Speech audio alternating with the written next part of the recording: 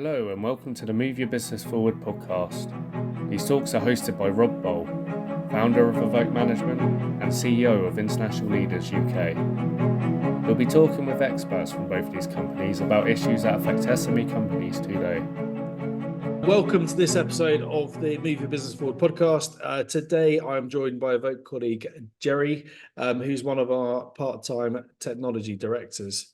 Jerry, thanks for joining me today. We're going to be talking about technology today, and in particular, ways of identifying opportunities to improve your business performance by use of technology. We're talking about this towards the beginning of 2024, in February to be exact, when we've got a bit of a campaign around making more profit. So what we want to do is help companies make more profit. And I guess there's two angles to using technology that I think is worth talking about and exploring. One is, can you use technology to make you more money, so more revenue? Secondly, can you use technology to save money by cutting back on costs or certain things that might be inefficient and therefore make more money that way as well? There's lots we can talk about, but I think the most important thing is where to start when you're looking at how can I improve my business through tech. And if we just start there and top level where to start, Jerry, what would be your first starting point if you're looking at any business who's got that desire? So often when you go into a business and you try and understand a little bit about where they're at, you find a couple of things. One is either they've got an absolute handle on what they want to do and what their issues are, and it makes it a lot easier conversation because you can start to identify straight away where technology can make a difference. But many times people really don't know where their issues are at all, or the perception is one thing and the reality may be something different. So again, before it becomes a technology discussion, I always say, you've got to get a handle on what the business needs are and where they're at, and what's actually achievable really for that business in terms of investment. Because I absolutely believe in technology. I totally believe in the benefits it has, but I also recognize completely that if you get it wrong, it can be very expensive and be very difficult, to manage through. So, not making those mistakes from the outset is critical, really. As you say, making more money or saving money are absolutely two things that technology is particularly good at, if you get it right. So one of the things there, Jerry, I think is a lot of people will go, right, yeah, technology, we need to invest in something. And often I think can be the first mistake, right? Is, well, actually, what are you expecting as a result from this investment? And I think to me, that's the question to be answered, isn't it? Similar to what you're just saying. It's absolutely. Okay, we want to, what does the business need, which is hopefully improving something, which could be revenue or cutting back costs or making things more efficient, or just making people's life easier as well is the important thing. So obviously there's that objective, and then it's right, how can we use technology to do that? But I think there's a few steps, isn't there, before you even engage with thinking about any particular software you might invest in or build for yourself. Is okay, what are we actually trying to save or solve as a business? Or what problem are we trying to fix? So what, from your kind of experience, what are the kind of things there that often come up in that process of, right, what are we trying to fix here? Let's not even talk about technology until we've identified that firstly. Yeah. So if you look at initial things of process problems, for example, so inefficiencies within processes, often because of a lot of manual intervention or manual requirement around those things, creating inaccuracy, frustration as well for either colleagues or customers in that respect. Often, that's one of the first areas where I think, is automation an option here in some form, whether it would be a software-based automation or whether it be more hardware-orientated automation. Is that something that's achievable within a budget that we want to constrain? Is it going to return on investment? Can we understand what the ROI is going to be? That's one of the first things. I think often it's quite difficult to build business cases for IT investment or any technology investment because there's a lot of unknowns in basis. But if you can really understand what these inefficiencies are costing you, in terms of man hours potentially, or in terms of just lost revenue through business, customers walking away or being frustrated.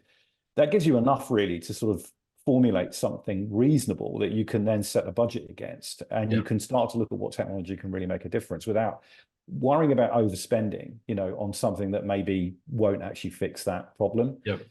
I think the other side of things is kind of getting to understand your business better than you have. Lots of people that will, have run companies, for years and years and years, and they really feel like they understand the business, and they do, absolutely. But there are elements within the business that it's really hard to necessarily know about unless you've got the data. And you tend to find, with a lot of businesses, they have built up a view of their business based upon data that actually is old in terms of not that it's not current, but it's just the view that you've got is old. And often that view of data that you're using is something that you inherited somehow through an investment that you might have made, several years ago in a package or some other software that you may have built, right?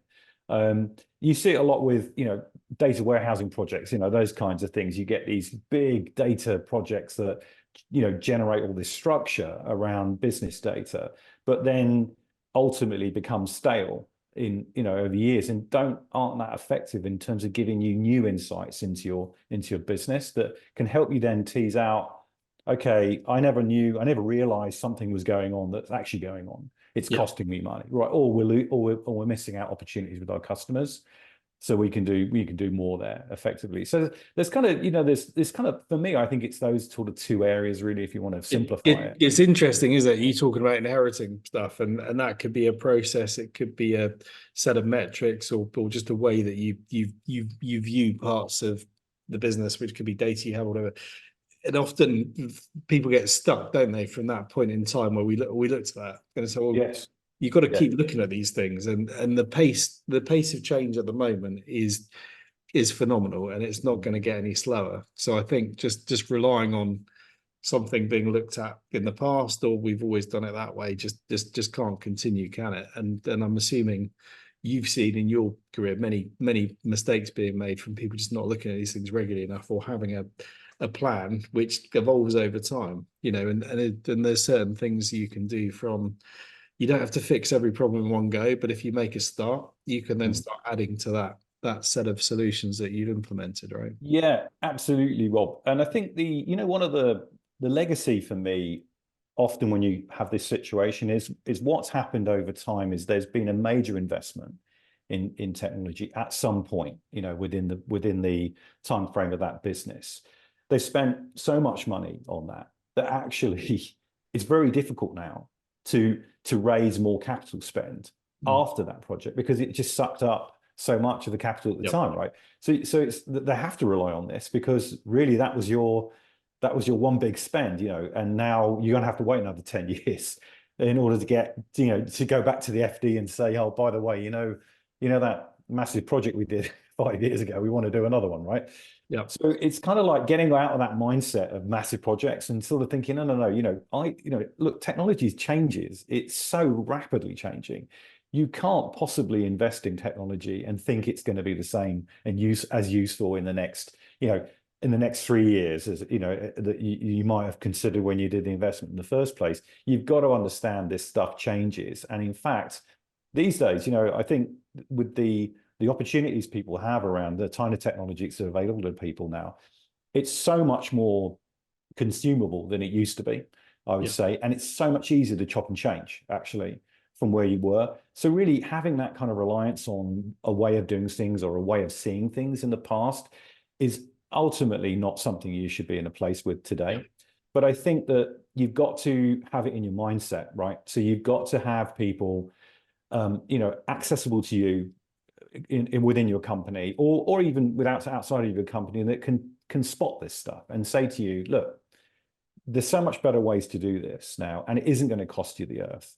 Let's build a plan, and let's make it in small steps with a limited ROI on each part, so something we can really do, and we can use the best of technology that we've got available to now, but not to a point where you become super reliant on that technology in the next 5 years, and you can't shift. Yeah. You've always got to have adaptability as part of that plan. It's absolutely critical. Yeah. And as I said, I think the IT landscape today is just extremely rich when it comes to these kind of like capabilities, I'd say. And I think I'd like thinking really simplistic about these things. I think with that focus on what are you trying to achieve for the business? What are you trying to solve? Yeah. And constantly thinking, okay, what's the best solution right now that's going to be fit for purpose? And over time, if your business overtakes that particular software or you've got more requirements, you're going to redefine what you're needing at that point, Yes. and therefore bring in the replacement tech or additions to that tech. And often some of the bits of software that I'm familiar with have grown at the same pace as businesses anyway, but you don't necessarily know all the things that are now available. And that's part of just having that continuous thought process. Okay, how can we do these things differently? How can we improve what we're doing? Just thinking of a very simple example, because this happened to me in my early days of business. I got to a point where for all the stuff I was doing, I needed some software as a CRM, and I'd never really had a CRM before, but I was like, right, CRM, need it, and then you kind of just choose one and then start using it. And I think that ended up being first CRM I used, and then I've used another probably 2 since then. And this applies to any technology, I think. Started with, well, I need it because other people have got it, and you feel like that's the right thing to do. And you immediately, well, looking back in hindsight, you immediately realize you just not thought about it to know what actually you're trying to achieve with this. Because one thing is you've got all your contacts in one place, and that could be just a database, not just a CRM. And then you think later on, do you know what? It'd be really great to retarget people knowing certain things. But if you never captured that info when you put that info in, or never cleansed the data, or had a process of going through and cleansing the data and keeping it most up to date, you immediately get to a point where you've just got noise, and it's very difficult to go back and fix that unless you want to invest more time and more resource to it. And to me, that's a really simple example. Again, well, yeah, you probably do need a CRM or some kind of software for in a scenario, but you can start using something and you can tell other people in your team, this is what we're now using, but never, ever get a consistent output or result that you need from using that technology that's going to help the business long term. And I think for me, that's part of that, defining what you're trying to achieve and going about it in the right way when you're educating people as well. I think that's a simple example, but yeah, do you think that's relatable to more complex projects? Absolutely. CRM, classic starting place, really, for IT investment. As you said, though, you've got to go, well, what am I, let's stop thinking about the technical aspects here. Let's think about my customers, right? Ultimately, this is what it's going to come down to. What is it I really want to know more about my customers, and how do I want to use that information to interact with my customers in a different way, right? How can I leverage that? If you think about, I just want to consolidate all my customer data down into one place, or build a database, right? It's cheaper. Just don't bother going. But think about the vision and think about what is it that this investment really needs to deliver, right? Other than just centralizing stuff, it's got to be like you talked about. It's got to change the way that I can reach out to my customers. It's got to change the way that I can know more about my customers and give me different angles in terms of marketing and different angles in terms of account management or contact in general. And if it isn't going to do those things, then maybe I'm thinking about the wrong problem. ERP is another example, bigger than CRM, and classic. ERP installations are classically known to fail because it's massive. It's just ultimately you're kind of saying this business I've built up over the years will work better if I standardize it around a software package which was built years ago and has evolved, for the input of working with other companies, but isn't necessarily going to give me what I exactly need. Because the question I've got to ask actually is what do I want? How do I want my company to operate, in a more effective way? ERP can absolutely help you with that, but unless you know exactly what you're looking for initially, you're going down an ERP implementation will ultimately be expensive, and it will necessarily deliver what you want, and then you're stuck with it as well. Yeah. That's the worst thing about Well, it. so this is where numbers get bigger, right? Where you start going for bigger systems, and you need these specialist consultants to do implementations for you and the training. And this is where I think a lot of people go, wow, this has gone over budget.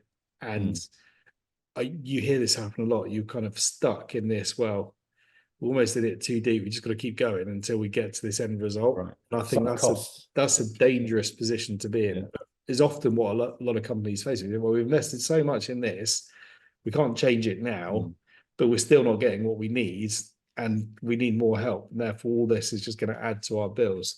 So, what common mistakes there, and how to avoid them? What would be your top tips around? Yeah. Not going tits up with some kind of system implementation. So don't set sail on a monolithic scope. Break the scope, make the scope manageable and phased, and always validate the phase. Validate what's been delivered, and you can tell quite early if you've taken on too much to reduce the scope as overall in the program of works, right? Or actually, maybe this isn't going to deliver what we thought it was going to deliver, right? And maybe there's a pivot involved, or stop it, right? Just end the project. If sunk costs is a massively dangerous game, and you get to a certain there's a tipping point probably in terms of sunk costs. You get to where it's effectively you've got no way back, right? And then that's where you see it all go horribly snowballing and wrong. So with that, then, if you're engaging with someone that's going to help implement a bit of software for you, and you're trying to work out who to go with and how to get the best price for what you want, I mean, what are the things at that point someone should be confident about in terms of negotiating to make sure they don't just end up just carrying on spending and things overrunning or not delivering what they need? I mean, trialing, I would say. A lot of these packages, they're very modular, right? So as opposed to just trying to do everything, just pick a module.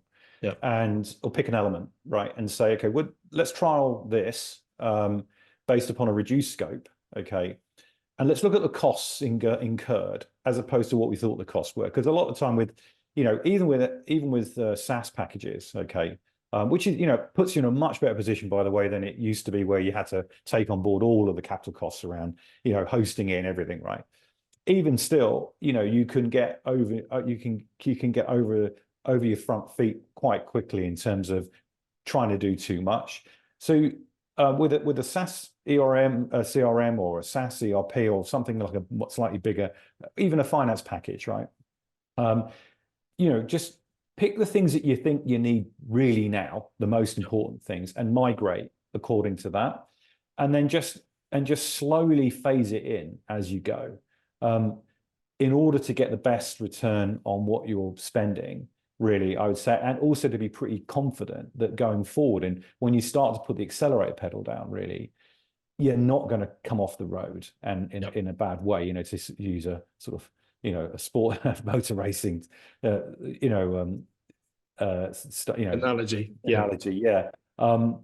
It is really start slowly and then increase as you get more confident with what you're doing. And also the other thing is as well, I think you've got to consider the fact that it's ultimately a lot of these systems, it's your data, right? These systems are not generating data for you. It's your data, your business data that's going into these packages. It's got to still be your data ultimately, and you need to be able to get it out, right? Eventually, because you may want to move somewhere else, or you may want to get access to the data that's gone into the system and utilize it in another way for some other basic benefits, right?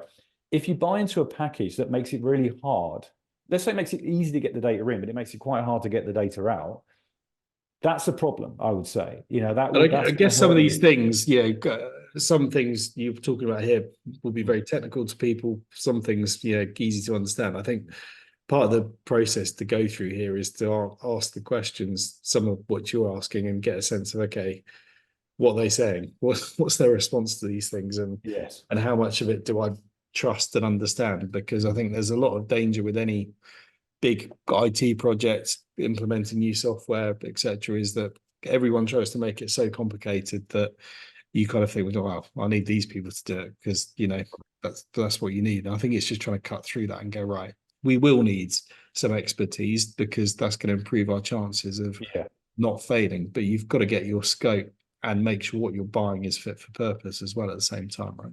Right, and how in control are you of it? Yeah. You know, going forward, if you're beholden heavily on a third party, that can't be good. And there's no requirement. I mean, you look at kind of software that's available today. There, you know, they shouldn't have that requirement to be so beholden on a third party. You should really be in your own control.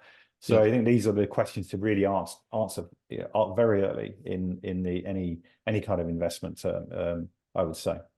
So to wrap this up, and we're almost at the end of this. Let's think big picture. Someone thinking, right, tech. I should be doing something with tech.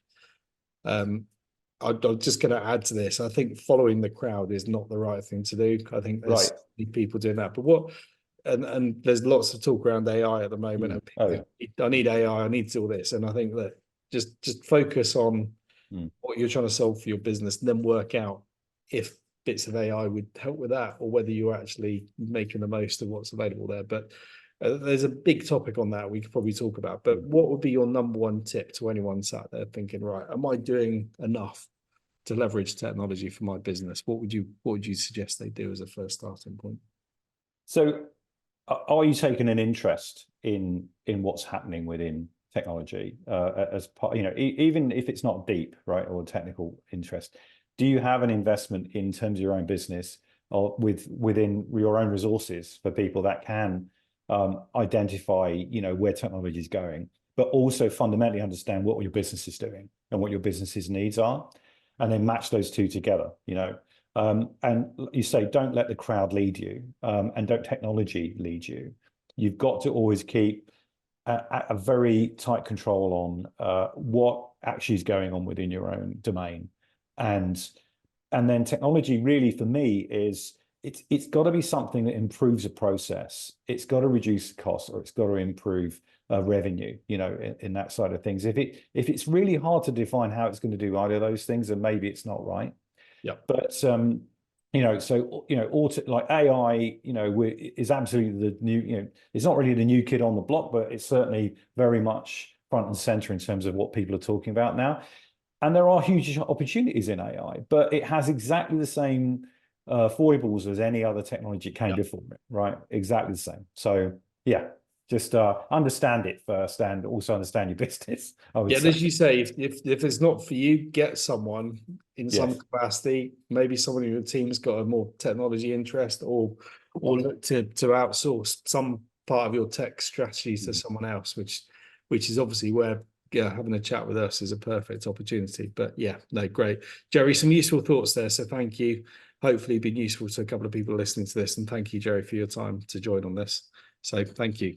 Thank you. Thanks for listening. If you'd like more information about the topics discussed in this podcast, then you can find us on our website at moveyourbusinessforward.com.